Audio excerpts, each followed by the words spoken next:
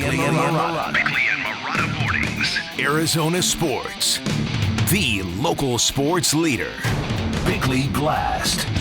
One of the few benefits of having a roof over a baseball stadium is that you can shut out the storm clouds when they gather. So, is it fair to wonder about the local forecast around our Diamondbacks, a team entering a pivotal season on the rebound, a team emerging from a bizarre ending to their Cactus League experience? There was the unexpected mini-drama regarding the opening day starter, an issue that Torey Lovullo said he agonized over. That's a really big word for an alleged champagne problem, and it suggests the decision wasn't exactly well received in many corners of the room. There was the news that Jordan Montgomery is done for the season, destined to become one of the more disappointing players in Arizona history, a guy who came in out of shape and out of sorts, collecting $47 million from the team for very little in return. And then there was the news that Kevin Ginkel will also start the season on the IL. Now, a diehard D-backs fan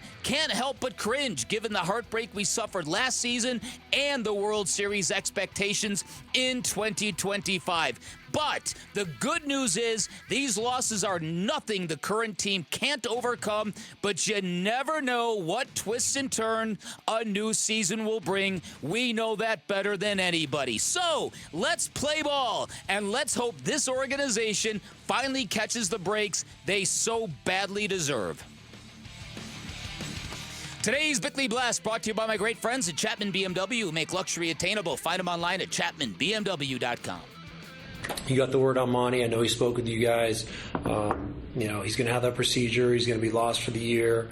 I know he dug into the details a little bit more about that procedure.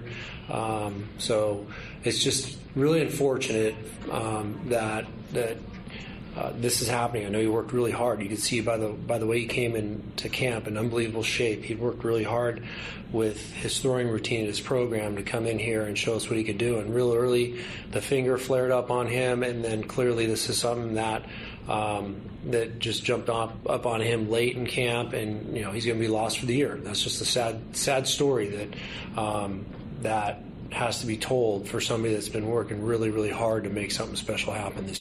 That's Torey Lovullo talking about the Jordan Montgomery injury that we learned of yesterday. Montgomery breaking the news. The Kevin Ginkel situation is out there.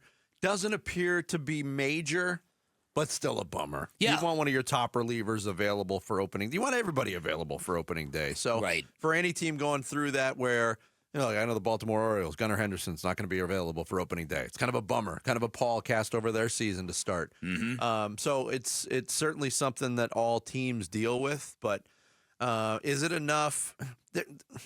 There's like this whole soup of feelings that I have. I'm trying stir it around. We don't want the skin on the top, definitely. Mm-hmm. There's the optimism because of what this team is, what they've built, what they have.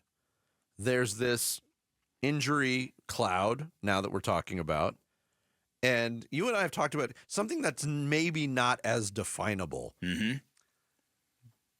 But the vibe around this team. I'm not saying it's bad. No, it is. I think it's leaning more towards good, but there's just been weirdness. There's been a lot of weirdness, and so what I think what you can surmise is, given what we've heard from the manager in recent days, is that this last week of training camp and spring training, there's been a lot of behind-the-scenes drama. There's been a lot of issues to deal with from the fallout from the opening day starter, and not so much that there was controversy over giving the ball to Zach Gallen. It was the manager learning that based on his routines, his meticulous routines, that Corbin Burnes would not be able to pitch Game 2 against the Cubs, and he would have to throw another backfield game while the regular season is going on, and then take the ball in game number 5 at Yankee Stadium next week. And that caused some embarrassment, and Torey talked extensively about that. And falling on the sword a little bit. Falling on the sword, and then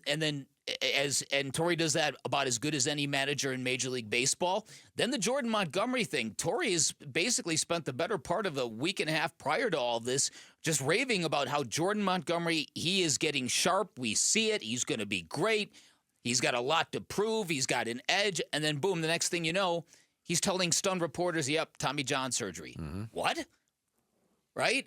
And then the Kevin Ginkel thing, and the Ginkel thing is to me the most important thing of all. I just hope this is nothing more than what they say it is: right shoulder inflammation. But with pitchers, you never know what leads to what, and we know that as well. So here's another. A lot of bad reports on pitchers start out with something as forearm tightness. That's it. Yeah. That's it. We've seen that multiple times. Elbow discomfort. Yes. Here's another interesting thing about this opener against the Cub. Justin Steele will be making a second consecutive start or a second start in 3 games for the Cubs. Right? Yeah, because it would be his second consecutive start. Because he had the second game. He started the second game in Tokyo. That's right. Now, there's a weird quirk. That is a very weird It probably happens with the All-Star break sometimes, where you are on both ends of the All-Star break. Yeah. But it's a very odd to say like he's making 2 consecutive starts. If Justin Steele, who is considered the ace of their team, right? Left-handed pitcher, big dude. So this probably is going to be the righty lineup. So it's probably going to be Ketel Marte leading off. Corbin Carroll, Gabby Marino third. Who's batting cleanup? Josh Naylor? I would think so. Gino Suarez, Lourdes Gurriel Jr., Randall Grichuk, probably DHs. Who plays center field? Jake McCarthy. Jake McCarthy. Jake McCarthy and Geraldo. Geraldo Perdermer. Yeah. So that's my prediction for the opening day lineup. But, see, we're talking about all this weirdness, this soup, this vibe, this cloud, whatever you want to say. All of it gets washed away tomorrow night, like a little after 7 o'clock, when we hear those 3 magical words, Bick. Yeah. Let's play ball. Did you see how I used that in the blast? I made sure to use "Let's play ball." I'm going to keep my ears open tomorrow on every game and make sure you will not hear "Let's play that. ball." Very, very excited about this season, even with like this end of training camp, end of spring training weirdness. Well, it's interesting now that the shift of the focus is from the Jordan Montgomery redemption tour to the Shelby Miller redemption tour potentially in the bullpen. Yeah. I mean, that's one of those guys that could have been on that list of players. Yeah, who was on that list of players. Yeah.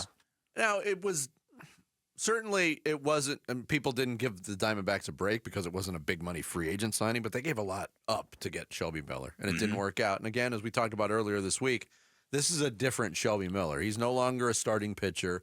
He is a specialist, a reliever, and he's been rather good in that role for a couple different teams over the last few years. So that's a story that hasn't been talked about No, you're right. that much. And he might be leaned on a little bit because I think the Diamondbacks counted on Kendall Graveman being available to start the season. Yep. He's not in the bullpen right now. So there's that. But I wanted to leave with one more from Jason Stark, who did pick the Arizona Diamondbacks to win the World Series. Here he is from Burns and Gambo yesterday. We're talking about one of the best front offices in the sport.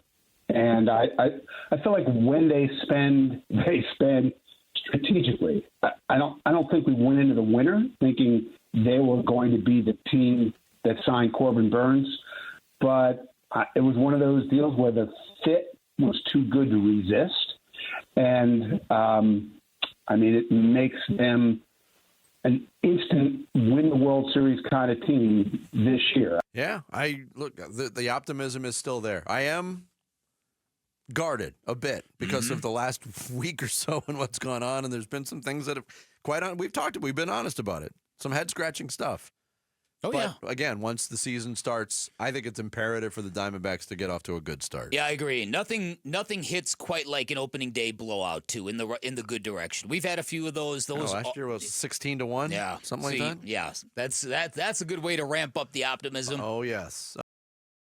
Thanks for watching Bickley and Marotta. Click to see the latest Bickley Blast and hit the button in the middle to subscribe to Arizona Sports.